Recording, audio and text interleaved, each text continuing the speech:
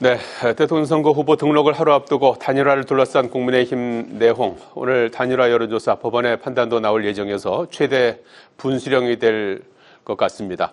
이재명 후보는 오늘부터 경상도 일대를 돌면서 지역경제 현장을 살피는 1박 2일 일정을 시작했습니다. 정치 한수 임명진 전 자유한국당 비대위원장, 서른 전 더불어민주당 의원과 현안 살펴보겠습니다. 안녕하십니까? 네, 안녕하세요. 자, 먼저 국민의힘 단일화 상황부터 좀 살펴보죠. 내일과 모레 후보 등록 기간입니다. 그래서 국민의힘은 지난 5월 3일에 김문수 후보로 후보 선출을 이제 했고, 그리고 조금 전에 의총을 열었는데, 후보 선출 이후 엿새 만에 의총장 김문수 후보가 이제 모습을 드러내서 작심 발언을 쏟아냈죠. 그래서 자신을 현재 끌어내리려고 한다, 당 지도부가. 그리고 민주주의를 파괴하는 불법 부당한 행위를 즉각 중단해야 된다. 그리고 이런 상태에서 단일화에 응할 수 없고 내가 나서 승리하겠다. 이렇게 이제 발언을 했고, 이어서 이제 권영세 비대위원장이 마이크를 잡고 내용이 참 실망스럽다. 기대와 동떨어졌고 지도자라면 자신을 버릴 줄도 알아야 된다. 짧게 얘기하고 퇴장했고, 이어서 김문수 후보도 퇴장했습니다. 상당히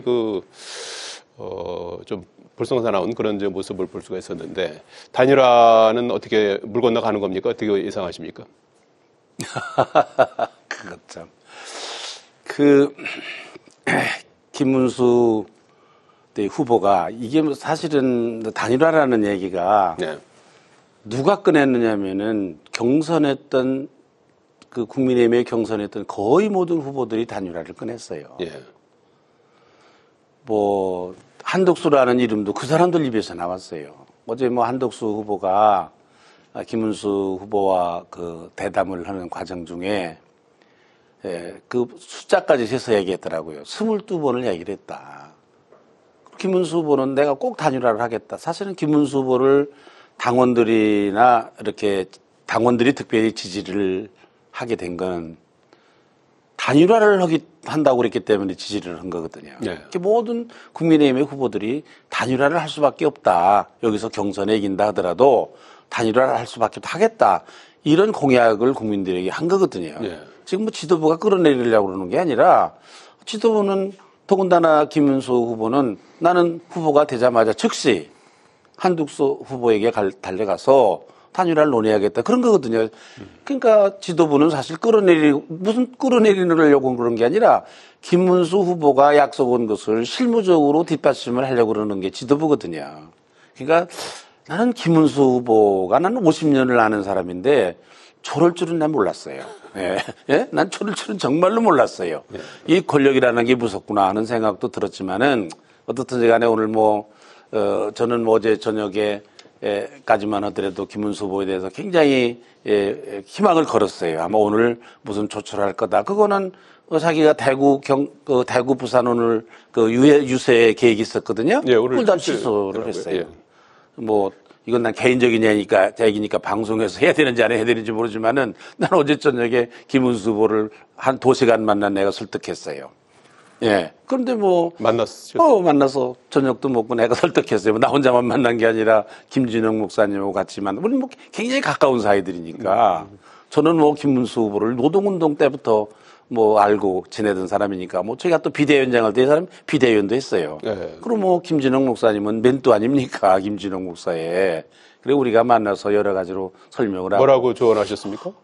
아니, 단일화 해야 된다는 얘기를 했죠. 당장. 이게 나라를 위해서. 김문수 후보도 근데 다음 주에 하겠다는 거잖아요. 예. 일주일 정도 그건 아니에요. 단일화라는 게 아무 때 해도 되는 게 아니라 11일이라는 시간이 있어요. 네. 11일 안에 해야. 후보 등록 시한.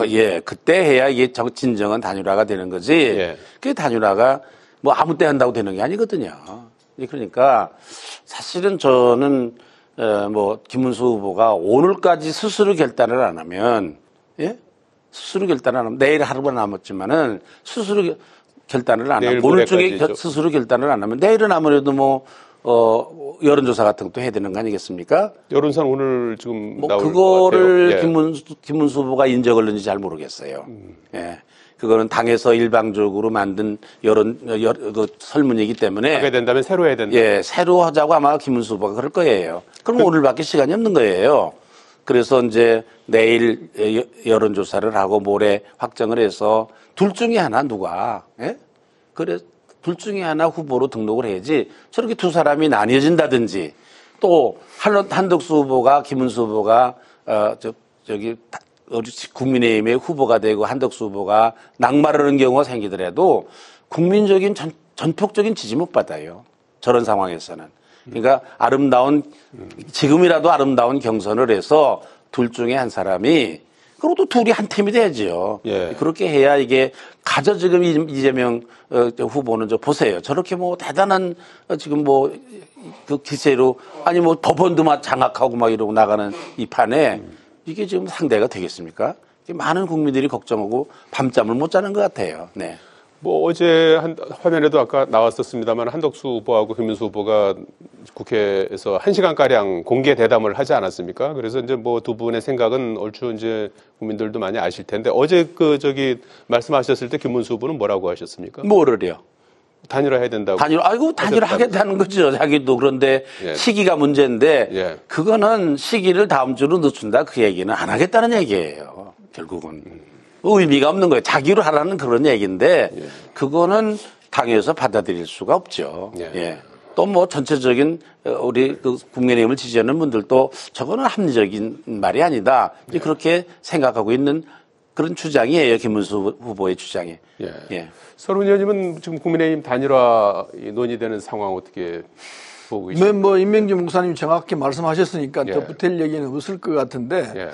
아까 이 국민의힘 의총을 생중계를 했거든요. 그걸 지금 밥 지켜보면서 왔는데 권성동 대표가 아주 극찬을 하더라고요. 김문수 후보를. 그래서 이게 얘기 잘 됐구나. 단일화 되는 쪽으로 가는구나 이런 생각했는데 예. 그리고 난 뒤에 김문수 후보가 나와가지고 똑같은 얘기를 하더라고요. 그제까지 하던 얘기를 예. 내용은 못한다 이거죠. 그래서 보고 이게 뭐가 끝났구나 이런 생각했는데 아까 임명진 목사님 말씀하신 거 들어보니까 어제까지는 김문수 후보가 아마 단일화 하려고 생각했던 것 같아요. 그랬던 뭐 목사님 말씀도 그런 것 같은데 밤사이에 바뀌었습니다. 밤사이에 바뀐 것 같아 또. 그래서 이게 이제 이 정도 되면은 안 된다고 봐야 될 것 같습니다. 아까 아름다운 뭐 경선을 해야 한다는 말씀을 하시던데 그렇습니다. 지금 이재명 후보가 독주하고 있는 상황인데 이걸 브레이크를 걸고 다시 이기는 판으로 나가려면은 똘똘 뭉쳐도 될까 말까 한 싸움이거든요. 근데 지금 이렇게 벌어져 버리면은 쉽지가 않을 것 같아요. 한 가지 유일한 처방은 예. 김문수 후보가 탁 내려놓고 내가 당과 나라를 위해서 후보도 내려놓겠다. 한덕수 후보로 가자. 그렇게 가면 또 상황이 더 달라질 수 있습니다. 거기다가 그것만 가지고도 안 되고 또 보수 후보 또 있지 않습니까? 예. 그 양반까지 합쳐가지고 범보수가 하나로 된다면은 그러면 해볼 만하다 하죠. 그러니까 민주당 입장에서는 한덕수 총리가 제일 껄끄러운 존재죠. 그래서 한덕수 총재를 지금 계속해서 공격하고 있는 모양새인데 뭐 민주당이 그렇게 안 해도 될 것 같은데 지나치면 망해요. 민주당은 지금 굉장히 지나친 공세를 펴고 있어요. 예, 그 얘기는 좀 이따가 한번 여쭤보기로 하고요. 오늘 지금 두 가지 중요한 오후에 결과가 나올 것 같습니다. 지금 앞서서 지금 당원하고 국민 여론조사 국민의힘 지도부에서 지금 하고 있지 않습니까? 그 결과를 공표하겠다는 거고 또 하나는 법원에서 지금 김문수 후보 측에서 제기한 가처분 신청이 있습니다. 그래서 정국이하고 전당대회를 소집해놨는데 그거 이제 개최 중단 가처분, 그 다음에 후보 지위 확인 가처분. 여기에 대한 이제 법원의 결정이 이르면 오늘 이제 오후에 나올 것 같습니다. 거기에 따라서 이제 또 상당히 또 요동칠 수도 있을 것 같은데. 김문수 후보는 그 법원의 판결 가처분 신청을 기다리는 것 같아요. 기대를 하는 것 같아요. 예. 그러나 두 가지 문제가 있어요. 전례를 보면 어떻게 나올지는 모르지만 전례를 보면 법원이 그렇게 당의 결정을 뒤집는 일은 없어요. 네, 그거는 뭐 관례적으로 그래 존중하죠. 네. 공당이 결정한 일인데 존중하죠. 절차가 아주 특별하게 잘못된 경우는 모르지만은 존중합니다. 그러니까 뭐 김문수 후보가 그걸 기대를 하는 것 같은데 그러나 이게 정치 아닙니까? 예. 어떻게 우리나라의 정치가 왜 사법부에 계속 매달립니까? 예? 자기들이 스스로 해결해야지. 아니 후보 단일화 문제 같은 당에서 그 문제도 스스로 해결하지 못하고 법원에서 판결해달라? 그 말이 안 되잖아요, 그거는. 그렇기 때문에 김문수 후보 쪽에서 사실은 법원에 가처분 신청을 한 것 자체가 나는 잘못됐다고 생각하고 이건 정치적인 문제니까 정치적으로 해결을 해야 되는 거다. 그런 정도의 능력이 있어야 뭐 나라를 무슨 뭐 다스리는 무슨 뭐 책임을 맡는 뭐 대통령을 할 수 있는 거고 그런 여당이 될 수 있는 자격이 있는 거지. 지금처럼 그렇게 자기들 문제도 제대로 해결 못하면서 법원에 맡겨가지고 우리가 어떻게 잘못했는지 판단해 주세요.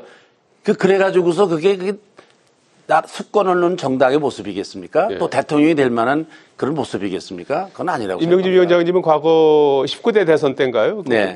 박근혜 전 대통령 탄핵 이후에 치러졌던 대통령 선거 때 홍준표 후보 된 이후에 비대위원장직을 내려놓으신 적 있지 않습니까? 네. 그때를 비추어서 볼 때 지금 상황에서 어떤 해법이 있다고 보십니까? 그러니까 이제 지금은 이렇게 네, 뭐 옛날 상황은 있는 상황은 아닌 옛날 상황은 다르고 이런 상황을 자초하게 된 거는 김문수 후보예요. 아니 왜 단일화하겠다고 공약을 합니까? 왜 한덕수 후보고 따라가서 쫓아가가지고 자기가 단일화하겠다고 왜 그거를 경선 때 공약을 합니까? 지금 김문수 후보가 자기가 한 그 공약을 안 지키는 거예요. 그러니까 결국은 당으로서는 지금 어제부터 저녁부터 여론조사한 거 있잖아요. 예. 뭐 그거를 하고 뭐 김문수 후보가 정 안 되면은 내일 모레 전당대회를 열어서 그 당원들이 투표한 여론조사에서 나온 그 결과대로 전당대회에서 결정할 수밖에 없다고 생각해요. 김문수 후보가 더 이상 고집 부리면 안 된다고 생각해요. 네. 그리고 예. 그런 정도 고집을 부릴 경우에는 어떻게 되는 겁니까? 자신도 후보 등록을 못하죠, 후보 등록을. 한다든지. 뭐 후보 등록이라는 건 당에서 직인을 찍어야 되는 건데 예. 직인은 아직 당 대표가 비상대책위원장인 권영세 대표가 가지고 있기 때문에 찍어주겠습니까? 김문수 후보 등록 못합니다. 법원의 결정에 따라서 또 할 수도 있는 상황이 올 수도 있지 법원의 않을까요? 결정에 따라서 할 수 있는데 그렇죠. 예. 이제 뭐 김문수 후보가 그걸 기대하는 것 같은데 예. 뭐 법원의 결정 요새는 하도 법원이 이상한 판결을 자주 하니까 내가 잘 믿을 수는 없지만 관례적으로 법원은 정당의 자율성을 인정합니다. 그게 관례예요. 네. 근데 법원이 기본적으로 정당의 자율성을 인정을 한다는 말은 맞고요. 예. 제가 보건데 법 전문가는 아니지만은 국민의힘 당은 74조에 예. 그걸 가지고 다투고 있거든요. 대통령 후보가 되면은 모든 당권을 진다 이렇게 돼 있습니다. 예. 그런데 74조 2를 하나 붙였어요. 그 뒤에 상황이 막 복잡해지고 비상대책위원장도 하셨지만 뭐라 붙였느냐면은 대선 규정에 불구하고 상당한 사유가 있는 데는 대선 후보 선출 사항은 선관위 심의와 비대위 결정으로 할 수 있다 이렇게 붙여놨어요. 예. 그래서 지금 권영세, 권성동 요 두 권 씨들은 74조 2조를 가지고 얘기하는 거거든요. 74조 2조가 신법이에요. 따지면은 신법 우선주의라는 게 있지 않습니까? 네. 그래서 74조 2조가 먼저 간다고 볼 수 있죠. 상당한 사유에 해당이 되느냐 하는 문제는 또 상당한 논란이 사유가 있을 수 있지 되죠. 않나요? 상당한 사유가 상식적으로 상당한 되죠. 사유가 있어요? 이런 상황이면 상당한 사유죠. 그래서 내가 볼 땐 법원에서도 기각시킬 가능성이 있다고 봅니다. 김문수 의견을 안 듣고 예. 그럼 국민의힘 본류가 보고 있는 방향이 맞다 이렇게 할 가능성도 있다 생각하는데 기본적으로는 정당이 알아서 해라 이렇게 할 것 같습니다. 그렇죠. 그러니까 목사님 말씀이 맞습니다. 그러면 예상되는 시나리오는 당 지도부 의도대로 간다 그러면 혼란이 그냥 계속된다고 봐야죠. 강제적으로 단일화를 모르겠습니다. 그 만들어내는 결과는 건가요? 어떻게 될지 모르지만은 예. 혼란은 계속될 것 같고 김문수 후보 쪽에서 법적으로 대응할 거고 또 법적으로 대응해도 지금 이 가처분 신청이 기각되거나 이게 가처분 신청이 받아들여진다 하더라도 네. 이게 말씀하신 대로 정치적으로 풀어야지 법적으로 푼다면은 국민들이 볼 때 한마디로 웃기고 있네 이렇게 답이 나옵니다. 네. 그래서 지금은 김문수 후보가 내려놓는 게 정답이에요. 내려놓고 그리고 하나가 돼서 같이 가자. 이러면 다시 또 영웅으로 될 수 있습니다. 네. 그 길을 왜 안 하는지 이해를 못 하겠습니다. 알겠습니다. 자, 일단 대통령 선거 후보 등록은 내일과 모레 이틀이고 월요일부터는 본격적인 공식 선거 운동이 시작됩니다. 주말 사이가 상당히 또 주목되는 그런 상황이 될 것 같습니다. 자, 민주당이 오늘도 조희대 대법원장의 사퇴를 요구했습니다. 법사위가 이 대법원장을 비롯해서 파기환송에 참여했던 대법관들을 불러서 14일에 다음 주에 청문회를 열기로 했습니다. 그래서 일단 조 대법원장이 이제 대법원 판결로 이재명 후보를 이제 유죄 취지로 파기환송한 데 대해서 특검법도 이제 검토를 하고 있는데 이 발의는 보류를 했습니다. 이 사안은 어떻게 보고 계시나요? 아니 민주당이 지금 해도 너무하는 거 아닙니까? 아니, 대법원에서 판결한 거를 가지고 시비를 하다니. 그리고 대법원장을 불러서 뭐 어떻게 한다고 그러고 예. 고등법원을 협박을 해가지고 날짜 재판 날짜 잡은 거를 미루기도 하고. 나는 지금 걱정하는 거는 이재명 후보가 만약 대통령이 되면은 지금 의회 독재를 하고 있잖아요. 예? 무슨 법이든지 만들잖아요, 지금 말이에요. 어? 그러는데 예. 아니, 난 이분이 대통령이 되면 난 큰 걱정을 해요. 사법부까지 장악으로는 말하자면 이게 총통이 되는 거 아닌가, 이게. 우리나라가. 이게 나 늙음맞게 다시 민주화 운동을 해야 되는 거 아닌가, 이거. 예? 아, 이거 또 감옥에 가야 되는 거 아닌가 하는 그 생각을 하고 있다니까요. 아니, 생각을 해보세요. 이거 지금 이 정신 나간 일 아닙니까? 제정신으로 하는 일입니까, 민주당이? 일단 뭐 이렇게 하다가는요, 민주당이 망합니다. 이렇게 하면은. 예? 이렇게 막 나가면은요, 국민들이 가만히 안 있습니다. 대법원 생각해야 된다고 판결이 생각해요. 이제 네. 그 문제가 있다고 이제 보는 그런 시각도 있으니까. 아니, 문제가 있기는 대법원에서 판결하면은 의뢰 모든 판결이 예. 내가 마음에는 안 들지만 법원의 판정을 존중합니다. 이게 관례예요. 예. 그래가지고 대법원에서 판결해가지고서 사형까지 당한 사람도 있지 않습니까? 예? 뭐 잘못 판결했다는 게 나중에 나타나기도 하지만 일단은 저 법원에서 판결을 하면 인정을 해야 되는 거 아니겠습니까? 예? 이래야 우리가 사법 질서가 서고 나라가 하는 거지. 대법원 판결한 것도 제 마음에 안 들면은 최고법원에서 판결한 걸 불복하겠단 말이야. 인정 안 하겠다. 이런 식으로 하면은 아마 이 개인이 해도 문제지만은 적어도 국정의 공당인데 네. 국회에 일당인데 이 사람들이 이렇게 사법 질서를 뭉개뜨리는 이런 일을 한다고 그러면 이 우리나라가 어떻게 되겠습니까? 상권 분립이 되겠습니까 이게? 예. 예? 국민들이 이거 가만히 있겠습니까 이거? 저는 정신 차려야 된다고 생각합니다 민주당이. 예. 이상해졌어요 지금 민주당이 지금. 서울의원님 어떻게 뭐 하십니까? 예. 상권 분립이 민주주의의 근간이라는 건 뭐 상식입니다. 예. 근데 지금 그게 무너지고 있는 게 목도되고 있는 사실이거든요. 민주당이 왜 이렇게 나가는지 이해를 못 하겠어요. 지금 이 스타일로, 이 흐름으로 가면은 민주당이 집권할 것 같은 느낌이 좀 들거든요. 예. 근데 그거 맞춰서 하면 되는데 지나쳐도 한참 지나치고 있어요. 어떤 부분? 아니, 대법관이 예. 대법원장만 있는 게 아니고 지난번에 이 선고한 내용이 예. 12명 중에 10명이 찬성을 했습니다. 네. 대법관 10명을 다 그럼 탄핵하겠습니까? 그 말이 안 되는 소리지 않습니까? 예. 그래서 지나치면 하나님만 못하다는 말이 있습니다. 지금 민주당은 지나친 길로 가고 있어요. 예. 이게 앞으로 이거로 끝나는 게 아니고 집권했을 때 그럼 어떤 현상을 보일 것이냐 두려워요. 목사님도 그런 말씀 하시지만은 이렇게 무리하게 할 이유가 없는데도 불구하고 무리를 계속하고 있어요.